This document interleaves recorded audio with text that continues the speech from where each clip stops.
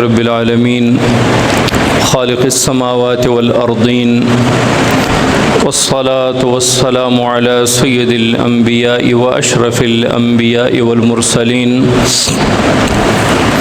وعلى آله وأصحابه وأتباعه وأهل بيته أجمعين. أما بعد فأعوذ بالله من الشيطان الرجيم. بسم الله الرحمن الرحيم.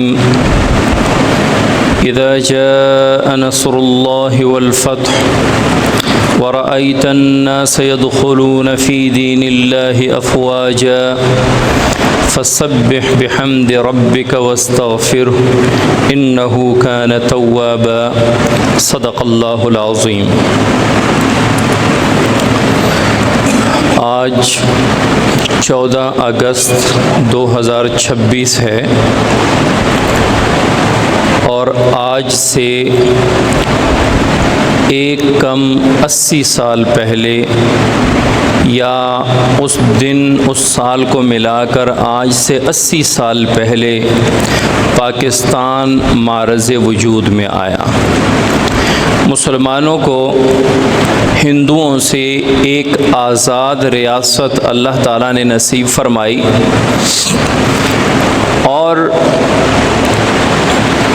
ایک تو وہ دن، وہ رات، وہ مہینہ وہ بڑا مبارک تھا. 27ویں کی شب تھی جب پاکستان کی آزادی کا اعلان ہوا. رمضان المبارک کا مہینہ تھا، 27ویں کی شب تھی اور شب جمعہ تھا. شب جمعہ تھا جب پاکستان کی آزادی کا اعلان ہوا اور اس کو نام دیا گیا پاکستان، پاک رہنے والی جگہ. پاکستان پاک رہنے والی جگہ. اور اس کا ایک مطلب اور ایک مقصد بیان کیا گیا اور اس کو ایک جملہ، ایک شعر کے طور پہ متعارف کروایا گیا. پاکستان کا مطلب کیا؟ لا الہ الا اللہ. پاکستان کا مطلب کیا؟ لا الہ الا اللہ. اس کے پیچھے ایک بہت بڑا مقصد چھپا ہوا ہے. یہ محض ایک نعرہ نہیں ہے.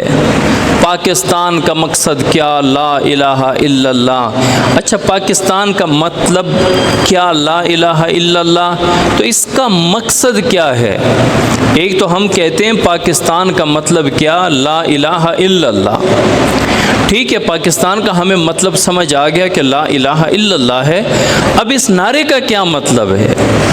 یہ ہم نعرہ کیوں لگاتے ہیں پاکستان کا مطلب کیا؟ لا الہ الا اللہ. مطلب اور مقصد اس نعرے کا یہ ہے کہ یہ پاکستان یہ صرف جغرافیائی تفریق اور جغرافیائی تقسیم کی وجہ سے الگ نہیں ہوا کہ یہ الگ مملکت ہے، وہ الگ مملکت ہے، اس کا الگ پانی ہے، اس کا الگ ہے، اس کا الگ آب و ہوا ہے، اس کا الگ ہے، اس کی بود و باش الگ ہے اس کی، بلکہ یہ اسلام اور کلمے کے نام پر پاکستان آزاد کیا گیا. پاکستان معرض وجود میں آیا. اور پاکستان کا مطلب کیا؟ لا الہ الا اللہ کا مطلب کیا ہے؟ اس نعرے کا کیا مطلب ہے؟ اس نعرے کا یہ مطلب ہے کہ مسلمان آزادی کے ساتھ اس ملک میں اپنے دین پر، اپنے شریعت پر عمل کر سکیں، اپنے شریعت کو نافذ کر سکیں. یہ ہے اس کا مطلب، اس کا مقصد. لیکن ہوا کیا؟ وہی ہوا جو مسلم کمرشل بینک کے ساتھ ہو رہا ہے.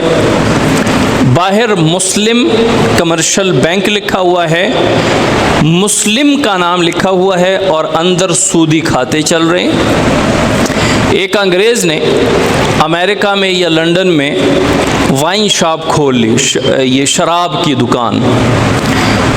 دکان کھولی اور اس پر لکھا مسلم وائن شاپ. تو مسلمانوں کو اچھا نہیں لگا. انہوں نے کہا یہ کیا بات ہوئی, ہمارے اسلام میں شراب حرام ہے اور آپ نے مسلم وائن شاپ کا نام دے کر مسلمانوں کی دل آزاری کی ہے, آپ نے اسلام کا مذاق اڑایا. اس نے کہا صدیوں سے آپ اسلام کا مذاق اڑا رہے ہیں, مسلم کمرشل بینک لکھ کر اندر سود کر رہے ہیں, سود کھا رہے ہیں, سودی کھاتے لین دین ہوتا ہے, کیا سود آپ کے اسلام میں حلال ہے؟ اگر سود حرام ہوتے ہوئے آپ باہر مسلم لکھ سکتے ہیں تو شراب حرام ہوتے ہوئے میں باہر مسلم کیوں نہیں لکھ سکتا؟ پاکستان کے پارلیمنٹ ہاؤس کے مین وال پہ لکھا پاکستان کا مطلب کیا لا الہ الا اللہ, اور اندر غیر شرعی, غیر اسلامی, غیر دینی قوانین پاس ہوں تو یہ وہی مسلم وائن شاپ والی بات ہو گئی. اور ہماری نئی نسل کو پاکستان کی آزادی کے لیے جو قربانیاں دی گئیں, جو شہادتیں دی گئیں, جو لوگوں نے اپنے گھر بار چھوڑ کر بیوی بچے اور اپنے آپ کو اس ملک کی آزادی کے لیے قربان کر دیا, اس کے بارے میں کچھ نہیں کہا جاتا. بس اتنا کہا جاتا ہے کہ ایک نے خواب دیکھا, دوسرے نے پاکستان بنا دیا. وہ قربانیاں عوام کی, وہ قربانیاں علماء کی, وہ جد و جہد, وہ لڑائیاں, وہ شہادتیں, وہ قربانیاں, ان سے لوگوں کو لا علم رکھتے ہیں, جہالت میں رکھتے ہیں. کیونکہ اگر لوگوں کو پتہ چل گیا کہ پاکستان کی آزادی کے لیے کن لوگوں نے قربانیاں دیں اور کون لوگ آج اقتدار میں بیٹھے ہوئے ہیں, پاکستان کے لیے کن لوگوں نے, کن علماء نے قربانیاں دیں اور آج ان علماء کو دیوار کے ساتھ لگایا جا رہا ہے, عوام کو اصلیت کا پتہ چل جائے گا. اس لیے قربانیوں کے بارے میں نہیں بتانا, بس دل پاکستان, جان جان پاکستان, اور پاکستان کا مطلب کیا لا الہ الا اللہ, اور چند آزادی کے نغمے سنا کر اور بچوں, لڑکوں اور لڑکیوں کے اکٹھے ڈانس اور ٹیبلو کروا کر جناب آزادی منائی گئی. جس قوم کی نئی نسل کو اپنے آباء و اجداد کی قربانیوں سے جہالت میں رکھا, اندھیرے میں رکھا, وہ آگے اپنے تاریخ کو کیسے دہرائیں گے؟ وہ کیسے حالات سے لڑیں گے؟ وہ کیسے کسی کو بتائیں گے کہ یہ ہمارے آباء و اجداد کرتے آ رہے ہیں, اسی لیے ہم قربانی کے لیے تیار ہیں اس ملک کے لیے؟ پھر کوئی نہیں کرے گا. اس ملک کے لیے جو قربانیاں دی گئیں, علماء نے جو قربانیاں دی, جو توپوں کے ساتھ باندھ کے شہید کیا گیا, اور اس وجہ سے کہ علماء نے قربانیاں دیں, علماء کا اسلام پاکستان کے بننے میں کردار تھا, اسی لیے مغربی پاکستان میں قائد اعظم محمد علی جناح نے پرچم کشائی کے لیے مولانا علامہ شبیر احمد عثمانی رحمۃ اللہ علیہ کا انتخاب کیا, اور مشرقی پاکستان میں پرچم کشائی کے لیے مولانا ظفر احمد عثمانی رحمۃ اللہ علیہ کا انتخاب کیا. اور قائد اعظم محمد علی جناح رحمۃ اللہ علیہ پاکستان میں اسلامی نظام کے لیے بڑے فکر مند تھے, بڑے مفکر تھے. اسلام بنا ہے کلمے کی بنیاد پر, اسلام بنا ہے اسلام کی, پاکستان بنا ہے کلمے کی بنیاد پر, پاکستان بنا ہے اسلام کی بنیاد پر, پاکستان بنا ہے مسلمانوں کو اپنے مذہبی عبادات, رسومات یہ مکمل آزادانہ طور پہ کرنے کے لیے. اور آج پاکستان کے اندر رہتے ہوئے مسلمان اپنے سارے کھل کے نہیں کر سکتے. تو پاکستان بنا ہے اسلام کے نام پہ, کلمے کے نام پہ.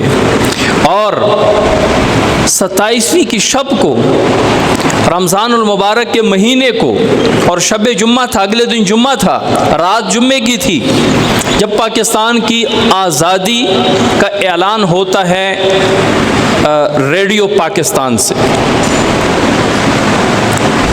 ایک مدینہ منورہ اسلامی ریاست کے طور پہ وجود میں آیا، ایک پاکستان اسلامی ریاست کے طور پہ وجود میں آیا۔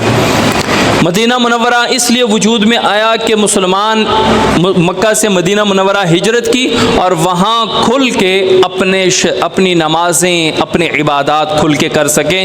مشرکین مکہ جو مکہ مکرمہ میں تنگ کیا کرتے تھے، منع کیا کرتے تھے، روکتے تھے۔ اور پاکستان اس لیے بنایا گیا کہ مسلمان اس میں ہندوؤں سے ایک الگ اپنے عبادات، اپنی شریعت نافذ کرے، اپنی عبادات مکمل آزادانہ طور پہ کرے۔ تو پاکستان بھی اسلام کے نام پہ وجود میں آیا ہے۔ پاکستان آزاد ہوا، فتح ملی، ایک فتح عظیم ہے، مسلمانوں کو ایک آزاد ریاست ملی۔ اس میں شریعت ہمیں کیا کہتے ہیں؟ آپ کیا کریں؟ ہم نے باجے اٹھا کے باجے بجانا شروع کرنا ہے؟ کیا یہ پاکستان کی آزادی کی خوشی کا طریقہ ہے؟ کیا صرف جھنڈیاں لگانے سے پاکستان کی آزادی کا مقصد ہم سمجھ سکتے ہیں؟ قرآن مجید کی ایک سورت ہے سورہ نصر، قرآن مجید کے آخری پارے میں ہے، اور یہ 1/4 قرآن کے برابر ہے۔ جس طرح سورہ اخلاص 1/3 قرآن کے برابر ہے، اسی طرح سورہ نصر اذا جاء نصر اللہ یہ 1/4 قرآن کے برابر ہے، اور سورہ نصر فتح مکہ کے موقع پر نازل ہوئی۔ جب مسلمان مدینہ منورہ جا کر ہجرت کر کے وہاں پہ آباد ہوئے، وہاں پہ تعداد بڑھ گئی، اور وہاں سے مکہ مکرمہ کو فتح فرمایا، اللہ تعالیٰ نے مکہ واپس مسلمانوں کے قبضے میں دے دیا، تو اس کو کہتے ہیں فتح مکہ۔ فتح مکہ کے موقع پر جب صحابہ داخل ہوئے تو چونکہ صحابہ نے مشرکین مکہ کی طرف سے وہ مشکلات، وہ ان کی طرف سے مظالم، جو ظلم اور بربریت کی انہوں نے انتہا کی تھی، اس کو یاد کرتے ہوئے کچھ صحابہ نے فرمایا الیوم یوم الملحمہ، الیوم یوم الملحمہ، آج تو بدلے کا دن ہے، آج ہم بدلہ لیں گے، آج چن چن کے ماریں گے۔ آپ صلی اللہ علیہ وسلم نے فرمایا الیوم یوم المرحمہ، آج رحم کا دن ہے، بدلے کا دن نہیں ہے۔ جس کو اللہ تعالیٰ نے فتح دی، اب وہ فتح کی خوشی میں، اب وہ کامیابی کی خوشی میں معافی کا اعلان کرے۔ عام معافی کا اعلان ہوا، جو ابو سفیان میں گھر میں پناہ لے اس کو بھی معافی، جو فلاں کے گھر میں پناہ لے اس کو بھی معافی، جو مکہ میں پناہ لے اس کو بھی معاف۔ عام معافی کا اعلان فرما کر صحابہ کو فرمایا الیوم یوم المرحمہ، آج رحم کا دن ہے، آج بدلے کا دن نہیں ہے۔ جب آپ کو فتح حاصل ہو گئی، اگلی قوم شکست خوردہ ہو گئی، تو اب کیا کریں؟ اس پر قرآن نے یہ آیت، یہ صورت ہمیں دی، جو قرآن کی سب سے آخری صورت ہے، آیت نہیں، آیت تو اور ہیں، اس کے بعد الیوم اکملت لکم دینکم والی آیت بھی نازل ہوئی، لیکن بطور پوری صورت یہ قرآن کی آخری صورت ہے۔ اذا جاء نصر اللہ والفتح، اللہ تعالیٰ فرماتے ہیں جب اللہ کی نصرت، اللہ کی مدد آ جائے اور فتح نصیب ہو جائے، وَرَأَيْتَ النَّاسَ يَدْخُلُونَ فِي دِينِ اللَّهِ أَفْوَاجًا، اور تو لوگوں کو دیکھے کہ پہلے ایک ایک کر کے مسلمان ہوتا، آج ایک مسلمان ہوا، 3 دن کے بعد کوئی آ رہا ہے کہ جی میں ایک کلمہ پڑھنا چاہتا ہوں، اور جب تو دیکھے کہ لوگ جوق تر جوق، فوج در فوج، گروہ در گروہ آ کر اسلام میں داخل ہو جائیں، وَرَأَيْتَ النَّاسَ يَدْخُلُونَ فِي دِينِ اللَّهِ أَفْوَاجًا، گروپوں کی شکل میں۔ فتح مکہ کے دن اور اس کے بعد گروپ کے گروپ آ کر حضور صلی اللہ علیہ وسلم کے ہاتھ پر کلمہ پڑھ کے مسلمان ہوتے تھے۔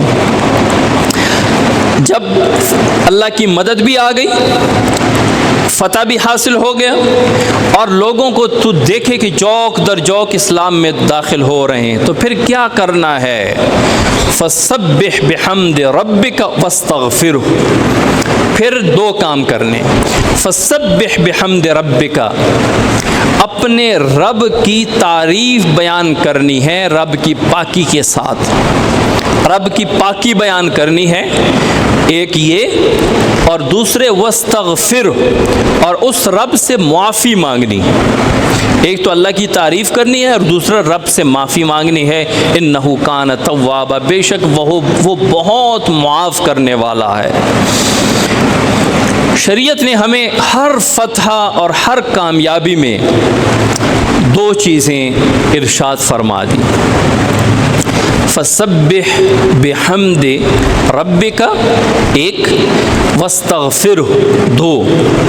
ایک تو اللہ کی پاکی بیان کرنی، اللہ کی بڑائی بیان کرنی، اللہ کی تعریف کرنی کہ یہ جو بھی ہمیں فتح حاصل ہوئی یہ اللہ کا شکر ہے، اللہ نے دی ہے، اللہ تعالیٰ نے مدد فرمائی ہے. اور اگر اس فتح کے دوران، اس لڑائی کے دوران، اس کوشش کے دوران، ان قربانیوں کے دوران، اس جد و جہد کے دوران اگر کوئی غلطی ہوئی، کوئی کوتاہی ہوئی، تو اس پر ہم رب سے معافی بھی مانگیں. انہ کان توابا، بے شک اللہ تعالیٰ بہت معاف کرنے والا ہے، تواب ہے، بہت زیادہ توبہ قبول کرنے والا ہے. اب آپ دیکھیں کہ ہمیں پاکستان جیسی ایک عظیم نعمت عطا ہوئی ہے، اور اس میں ابھی تک مسلمان آزاد ہیں. اور آپ اگر جا کر دیکھیں گجرات انڈیا میں یا دوسرے کئی شہروں میں جہاں عید الاضحیٰ کو مسلمان کھلے عام بڑے جانور کو ذبح نہیں کر سکتے، لڑائیاں جھگڑے قتل و غارت ہو گیا کئی مرتبہ. تو کیا مطلب؟ پوری آزادی نہیں ہے. ہم یہاں کھلے عام گائے کی قربانی کرتے ہیں. یہاں پر ہمارے معصوم بچوں کے لیے مدارس عام ہیں. ہر مدرسے میں آپ جا کے کوئی ایسا مدرسہ آپ نہیں دیکھیں گے کہ جو مدرسہ بنا ہے لیکن اس میں بچے نہیں ہیں. مدرسہ ابھی شروعات میں ہوتا ہے، بچے آنا شروع ہو جاتے ہیں. ہم نے جب یہ مسجد کی بنیاد رکھی تو مسجد کا ابھی ڈی پی سی تک کام ہوا تھا. ہم نے صفیں بچھائی، نماز شروع کر دی. جب نماز شروع کر دی محلے سے چند بچے آ کر بیٹھنا شروع کر دی، پڑھنا شروع کر دیا. جب مسجد کا لینٹر ڈال رہا تھا اس وقت کئی بچے یہاں پہ داخل ہو چکے تھے، غیر رہائشی بچے. ایسے بچے بھی تھے جو رہائشی ہونا چاہتے تھے، ہمارے پاس جگہ نہیں تھی. انہوں نے کہا جی یہ روزانہ رشتہ داروں کے گھر جائیں گے، واپس آ کے یہاں سارا دن پڑھیں گے. مدارس بنے ہی نہیں ہوتے، بچے داخل ہونا شروع ہو جاتے ہیں، بچے وہاں پہ آنا شروع ہو جاتے ہیں. کوئی مدرسہ آپ کو ایسا نہیں نظر آئے گا کہ مدرسہ بنا ہے. ہاں اخلاص ضروری ہے. صرف بلڈنگ بنا کر اور اپنے کھانے پینے کا بندوبست کرنے والے ان کا مدرسہ کبھی نہیں چلتا. مدرسہ چلتا ہے اخلاص کے ساتھ. تو یہاں پہ مدارس الحمدللہ آپ بڑے سے بڑے شہر میں جائیں وہاں پہ عمدہ مدارس آپ کو نظر آئیں گے. آپ پسماندہ علاقوں میں جائیں وہاں پہ بھی آپ کو مدارس اچھے بھلے اور اچھی تعداد میں آپ کو وہاں پہ مدارس نظر آئیں گے. تو مدارس کی یہاں پہ آزادی ہے، مساجد کی آزادی ہے. ہم ہر طرح کی جو عبادات اسلام نے دی ہیں وہ ہم یہاں پہ کر سکتے ہیں. تو ہم کیوں نہ اللہ کا شکر ادا کریں؟ ہم کیوں باجوں سے ان شہداء کی شہادتوں کا مذاق اڑائیں؟ ہم کیوں موٹر سائیکل سے بھگا کے اور وہ سلنسر اتار کے ان کی قربانیوں اور شہادتوں کا مذاق اڑائیں؟ یہ بڑی نادانی ہے، بڑی بے وقوفی ہے کہ کرنا کیا چاہیے اور کر کیا رہے ہیں.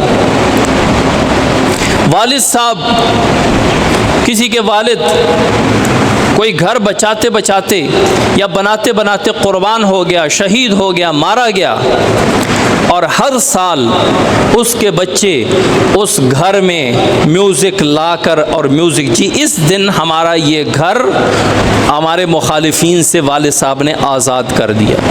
کوئی نہیں ایسا کرے گا.